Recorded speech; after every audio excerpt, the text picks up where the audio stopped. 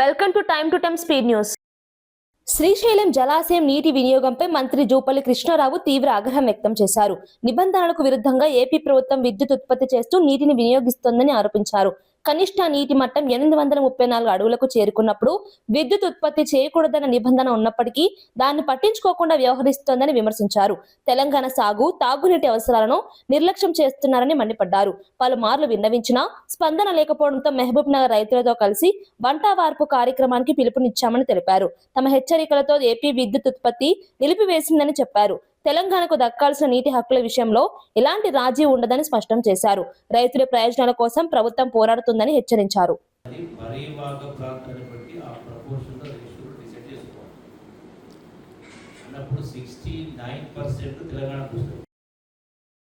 కృష్ణా జలాల విషయంలో తెలంగాణ ప్రభుత్వం విఫలమైందని మాజీ మంత్రి సింగిరెడ్డి తీవ్ర విమర్శలు చేశారు. కేంద్ర నిబంధనలకు విరుద్ధంగా ఏపీ నీటిని తరలించుకుంటుంటే కాంగ్రెస్ ప్రభుత్వం చూస్తూ ఊరుకుంటోందని ఆరోపించారు.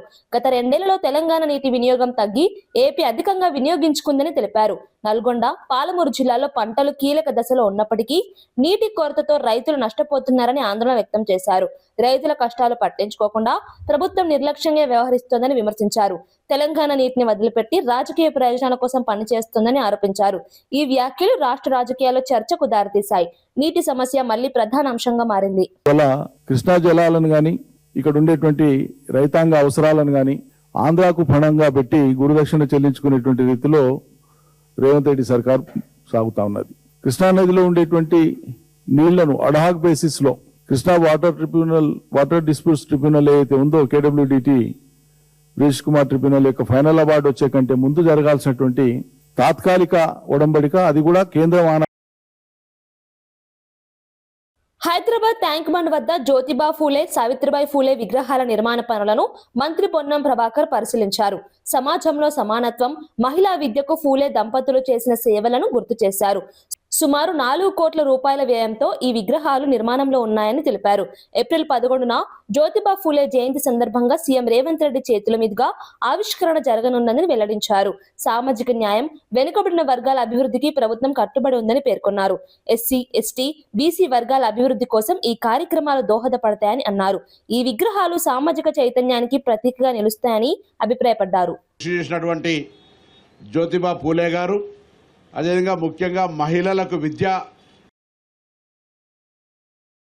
వరంగల్ జిల్లాలో రంగయ్య చెరువు కాలువల నిర్మాణం పూర్తి చేయాలని మాజీ ఎమ్మెల్యే పెద్ది సుదర్శన్ రెడ్డి రైతులతో కలిసి నిరసన చేపట్టారు. NH 365 వద్ద రుద్రగౌడెంలో ఈ ఆందోళన జరిగింది. తన హయాంలో 300 కోట్లతో 87% పనులు పూర్తి చేశామని, మిగిలిన పనులు పూర్తి చేస్తే రైతులకు నీరు అందుతుందని తెలిపారు. ప్రస్తుత ప్రభుత్వం నిర్లక్ష్యంగా వ్యవహరిస్తోందని విమర్శించారు. కాల్వల పనులు ఆలస్యం కావడం వల్ల రైతులు ఇబ్బందులు పడుతున్నారని ఆవేదన వ్యక్తం చేశారు. వెంటనే పనులు పూర్తి చేయాలని డిమాండ్ చేశారు. ఈ నిరసనకు రైతులు పెద్ద ఎత్తున మద్దతు తెలిపారు. సమస్య పరిష్కారం వరకు పోరాటం కొనసాగిస్తామని హెచ్చరించారు. 2.5 సంవత్సరాలైంది మార్పులో భాగంగా కాంగ్రెస్ ప్రభుత్వం వచ్చి రేవంత్ రెడ్డి గారు నర్సంపేటలో అడుగుపెట్టారు. దుద్దిమాధవ్ రెడ్డి గారు 2వ సారి ఎమ్మెల్యే గెలిచారు. ఒక్క పైసా కూడా నర్సంపేట నియోజకవర్గ అభివృద్ధికి దోహదపడలేదు. రంగయ్య చెరువు ప్రాజెక్టు 68 గ్రామాలకు విస్తరించబడ్డ ప్రాజెక్టు 87% ప్రాజెక్టు పూర్తయిన తర్వాత కేవలం 13% మాత్రమే ప్రాజెక్టు పనులు పూర్తి చేయాల్సి ఉన్నది. దానికి సంబంధించి 40 కోట్ల రూపాయలు కూడా నిల్వ ఉన్నాయి. ఇక్కడ కొత్తగా నిధులు చేయాల్సిన అవసరం లేదు. అసెంబ్లీలో గలమెత్తాల్సిన అవసరం మాధురెడ్డి గారికి అసలే లేదు. రాష్ట్ర ముఖ్యమంత్రి గారు ఏం చేస్తున్నారు? సమీక్షల పేరు మీద ఉత్తమ్ కుమార్ రెడ్డి గారు ఇరిగేషన్ మంత్రి అనేక సార్లు వచ్చింది కదా దేవాదుల ప్రాజెక్టుకు. ఇది దేవాదుల కేంద్రం ఉంది కదా. ఈ దేవాదుల ఫేజ్ 3 ప్యాకేజ్ 5లో ప్రధాన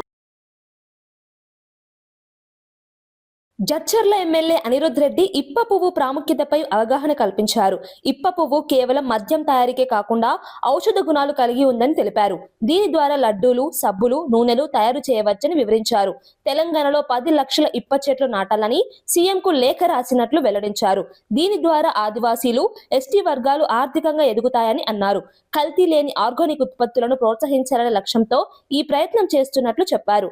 గ్రామీణ ఆర్థిక వ్యవస్థను బలోపేతం చేయడంలో ఇది కీలకంగా మారుతుందని పేర్కొన్నారు.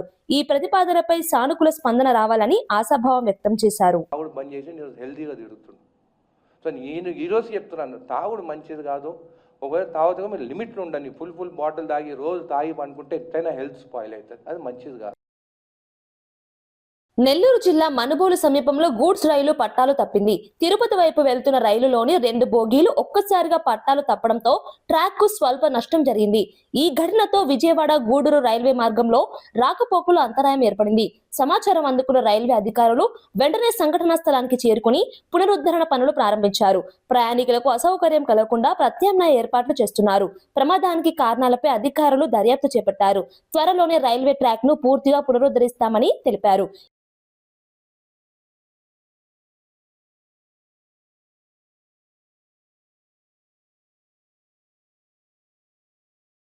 కలియుగ వైకుంఠంగా ప్రసిద్ధిగాంచిన తిరుమలలో వలయప్ప స్వామి స్వర్ణ రథోత్సవం అత్యంత వైభవంగా నిర్వహించారు. ఉభయ దేవేరులతో కలిసి స్వామివారు స్వర్ణ రథంపై అధిష్ఠించి మాడవీధుల్లో విహరించారు. భక్తుల గోవింద నామస్మరణల మధ్య ఈ రథోత్సవం ఆధ్యాత్మిక వాతావరణాన్ని సృష్టించింది.